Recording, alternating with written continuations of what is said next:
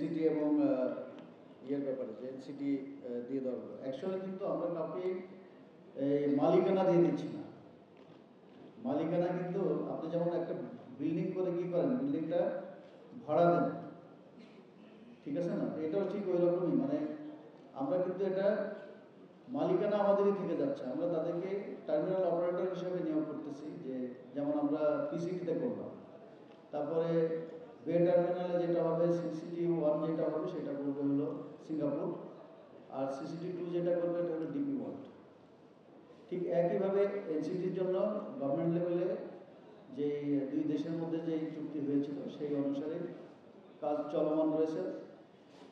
এটা আপনার মানে দুইটা দেশেরই যে কমিটমেন্ট, সেই কমিটমেন্ট অনুসারে চলছে। রাষ্ট্রীয় পর্যায়ে এটা নিয়ে নীতি নির্ধারণের পর্যায়ে এটা সিদ্ধান্ত চলছে, এবং এটা এখনও তো আপনারা দেখছেন যে এটা যে নিয়োগ প্রক্রিয়া ওইভাবে এখনও ফাইনালাইজ হয় না। তো আমাদেরও নিজস্ব একটা এটার ব্যাপারে ট্রানজ্যাকশন অ্যাডভাইজারও ওটা নিয়োগ করা আছে। সে এই ট্রানজ্যাকশন অ্যাডভাইজার ওনারা কাজ করছেন। আশা করি হয়তো বা আমাদের ট্রানজ্যাকশন অ্যাডভাইজারের রিপোর্ট আমরা পেলে তখন আমরা বুঝতে পারবো। আমরা যেটাই করি না কেন, রাষ্ট্রের স্বার্থ হলো সবার, দেশের মানুষের স্বার্থ সবার। কারণ আমরা এখানে এসেছি, আমরাও কিন্তু এখানে কেউ পারমানেন্ট না, বুঝতে পারছেন? কাজে আমাদের হাতে যে কাজটা হবে এটা নিয়ে যেন দেশ এবং মানুষ যেন উপকৃত হয় এবং রাষ্ট্রের যে স্বার্থ সেটা যেন নিশ্চিত হয়, সেটা করেই এটা সর্বোচ্চ পর্যায় থেকে এই সিদ্ধান্ত নেওয়া হবে। আমি মনে করি যে এটা কোনো মালিকানা কাউকে দেওয়া হচ্ছে না। এটা এই কথাগুলো যেটা বলা হয় এগুলো আসলে বিভ্রান্ত। আপনি দেখেন আমাদের পাশের দেশে ইন্ডিয়াতে হলো পিএসসি সিঙ্গাপুর 5টা টার্মিনাল অপারেট করে, ডিপি ওয়ার্ল্ড বোধহয় 6টা না 7টা টার্মিনাল অপারেট করে, জাস্ট পাশের দেশে।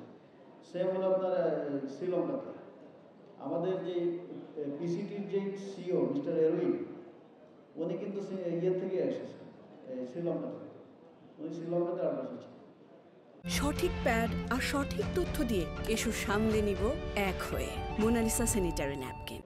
তো এই জন্য আমি বললাম যে এখানে আসলে কোনো আমাদের সার্বভৌমত্ব মালিকানা চলে যাচ্ছে না। দাদা, আমরা যখন ফরেন আইটিওদের কাছে দিব তখন কিন্তু কম্পিটিটিভ হবে, এইটার থেকে আমরা আর্থিকভাবে আরও ম্যাক্সিমাম বেনিফিটেড হব। দ্বিতীয়ত হলো এটার মাধ্যমে আমাদের কিন্তু এফিসিয়েন্সি নিশ্চিত হবে, কারণ তখন টার্মিনাল টু টার্মিনাল কম্পিটিশন হবে। অ্যান্ড থার্ড ওয়ান হলো যে এটার মাধ্যমে আপনি যেই হ্যান্ডলিং এবং ডেলিভারি এটা ফাস্ট করতে পারবেন। যেমন আজকে মনে করেন আমাদের ডিপি ওয়ার্ল্ডের যদি কোনো টার্মিনাল এখানে অপারেট করে, ওরা কী করবে, এখান থেকে দুবাইয়ের সাথে ডাইরেক্ট শিপিং লাইন করবে।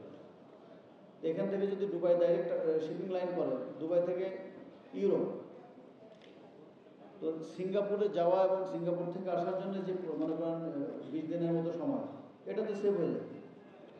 তো অটোমেটিকলি দেখবেন জাহাজের ভাড়া কমে যাবে, কন্টেনারের ভাড়া কমে যাবে। তো আমাদের টার্গেট হচ্ছে যে ভবিষ্যতে আমরা জাহাজ এবং কন্টেনারের ভাড়া কত কমানো যায় আর কত এফিসিয়েন্ট করে স্পিড ডেলিভারি হবে। এই জন্য আপনার টার্মিনালগুলো ফরেন টার্মিনাল অপারেটার্সদের কাছে দিলে একের সাথে আরেকজন দেখবেন যে কম্পিট করবে, এবং তারা তখন কার্গো তাদেরই জেনারেট করবে। এখন তো মনে করেন আমরা কার্গো জেনারেট করছি না, কার্গো মানে ইন্টারনাল যে এক্সপোর্ট ইম্পোর্টের যে ডিমান্ড অনুসারে আসছে, কিন্তু তখন দেখা যাবে তারা আপনার যেই রিজনাল কানেক্টিভ হিসেবে, রিজনাল হাব হিসেবে কাজ করবে, এখান থেকে ট্রান্সশিপমেন্ট করবে, কোস্টাল কানেক্টিভিটি এস্টাবলিশ করবে। তখন কিন্তু আপনার এই সাপ্লাই চেনটা ডাইভার্সিফাইড হয়ে যাবে, নতুন রুট ওপেন হবে এবং কার্গো ভলিউম তখন বেড়ে যাবে। এই জন্য আমরা নিজেরা করলে মেনই হলো যে এই কম্পিটিটিভ যেই অ্যাডভান্টেজ সেটা আমরা পেতে পারবো না। এটা ওনারা আসলে তখন ওনাদের তো প্রফিট করতে হবে, নাহলে তো তারা ইনভেস্টমেন্ট করবে না। করবে, আমি কোথাও যদি ইনভেস্টমেন্ট করে আমি চাই না রিটার্ন চাই। তো এই কারণে ওনারা তখন এটাকে আরও এফিসিয়েন্ট করার জন্য চেষ্টা করবে।